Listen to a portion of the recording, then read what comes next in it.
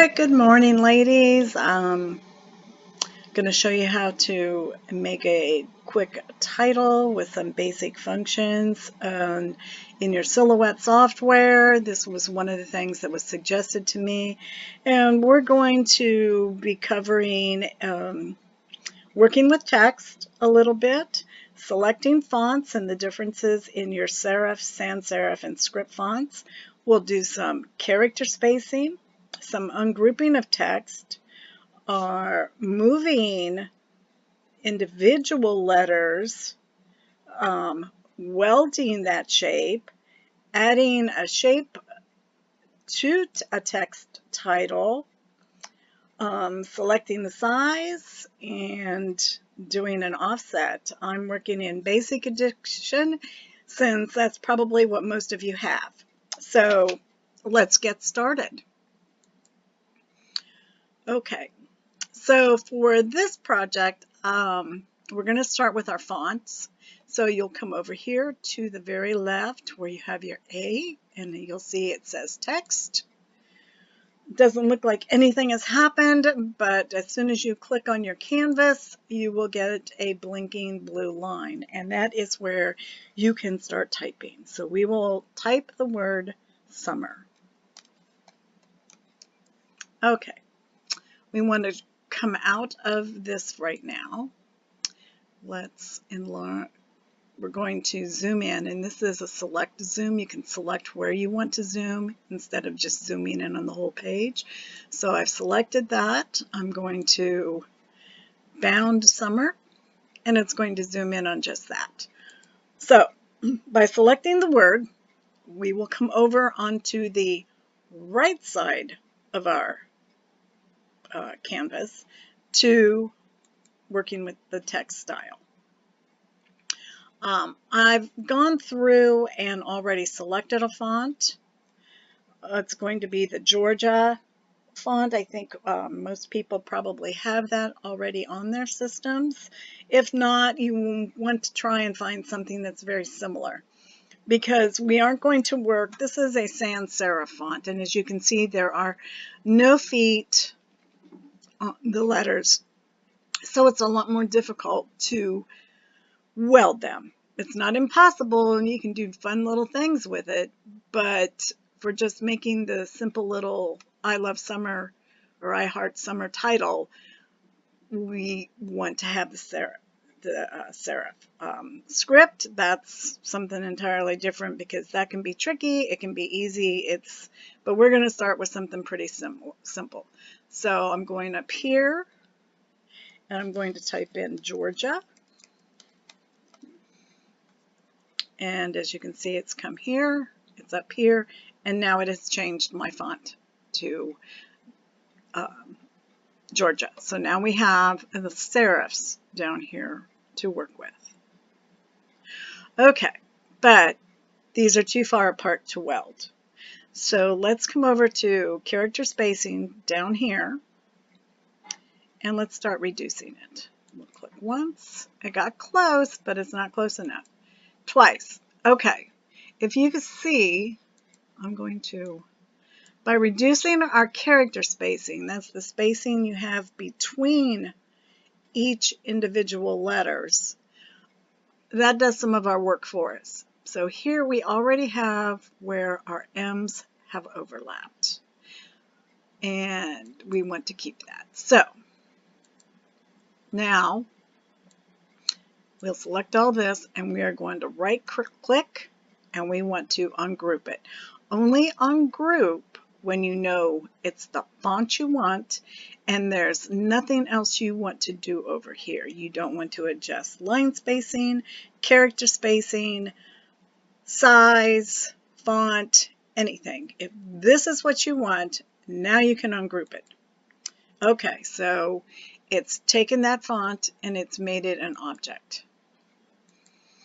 But we still have to get these letters to connect. So we're going to zoom in here. We're going to select the S, and by using your right arrow key, we're just going to tap it, because if you try and move it, you can get your alignment kind of wonky at times. So just take your arrow key, tap it, tap it, tap it, until you get this little overlap. Okay, so now we have to do the same with the U down here. But we've already done the S, so let's select both. Come over here. There we go. See, we have this connected here. Now we don't have to do the M's because they did that automatically when we adjusted the character spacing. Now we have the E and the R. This is going to get kind of funky, but it's still going to work. So we're going to select the E and the R, this time using our left arrow key. I'm going to bring that over until that E barely overlaps. Now, I actually think it'd be better to have it a little more in so you get a little stronger weld down here. We'll see what that looks like because we can always reduce it. I don't know if I like that. So you just take it out, move it back until it's just barely overlapped right here. Same with the R. We'll select it, slide it over using the left arrow key again until they kind of meet up. There's some more advanced options you can do to help this, but right now, if you're fairly new to this, we're just going to get this like so. Now, as you can see, we have two places. That's kind of skinny there, so let's move this out just a hair. Okay, so we have 2 points of intersection, one here, one here. Actually, we have 3 because we have a little bitty one here. I'll show you. So there's just a little bit of a intersection here. There's an intersection here. And then we have our intersection up here. So let's zoom out.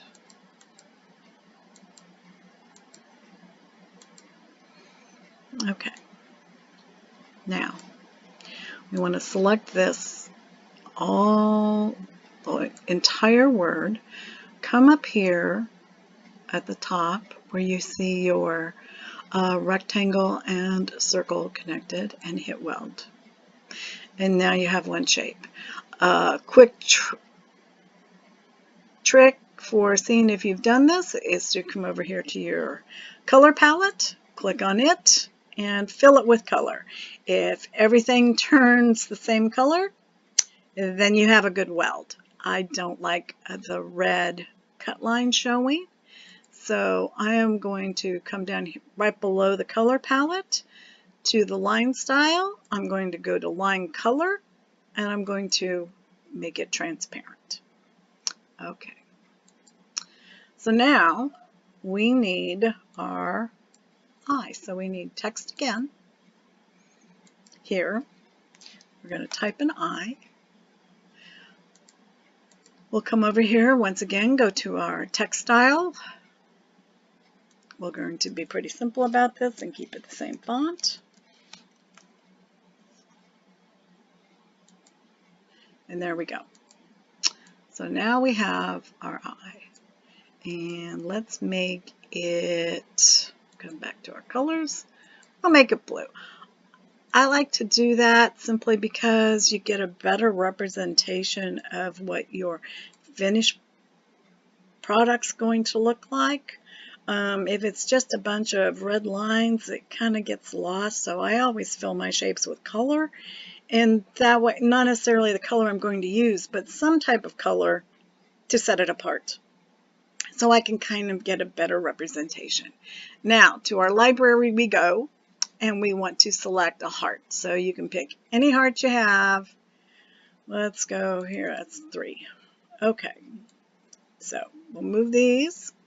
We're going to right click and ungroup them so we have individual hearts. We're going to bring a heart in over here. We'll select both these, right click, delete, because we don't need them anymore. You can make this just a little larger or whatever looks good to you. We're going to fill that with color. And now we have our basic title done. So select all three shapes. Your eye's a shape, your heart's a shape, summer is a shape. So select them all, right click, and group. So it becomes one shape and it moves no matter what. Now, the neat part is we're coming up here to this star within a star, or you can come to the right panel and there's star within a star. But if you scroll over these, it will tell you what they are. So it's offset. We want to do an offset. We don't want to do an internal offset because that would go inside of the shape. So we're going to go with our standard offset. We're going to keep, cancel. You're going to just go with your offset, keep it the standard distance, and hit apply. It does it automatically. Now we have our offset. So we want to fill that with white. We want to select both. As you see, we have two bounding boxes. Right click and group. We'll come back over here to text style. Make it transparent, and you're like, oh no, what did I do? It all went away. No, our line went away because when you bring it over here, you have your full title.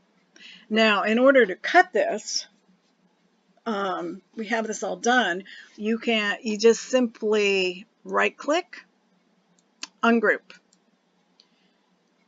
Select the inner, the ungroup, and now we have all our shapes. So you can bring your white here, you can put on your yellow paper, you can put on your red and your blue, and you can cut your individual shapes and just glue them together. I hope this has been helpful for a basic simple title. We can get into more complex things, but we've covered quite a few things. I'm working in the basic edition because that's, like I said, what everybody probably has, and then they won't get confused with icons that aren't in the basic edition. So you've started learning how to work with text, how to select fonts, and what fonts to use for a specific project. You've learned how to adjust your character spacing to try and bring those in a little closer together, or you might want them a little farther apart on certain things, but you can adjust that character spacing. Then, to bring it more in line with what it is you want, and you want to get those fonts closer together, we learned to ungroup the text, how to move those individual letters so that they get that overlap. We've welded the letters. We've gone in and added another text box type thing for the eye.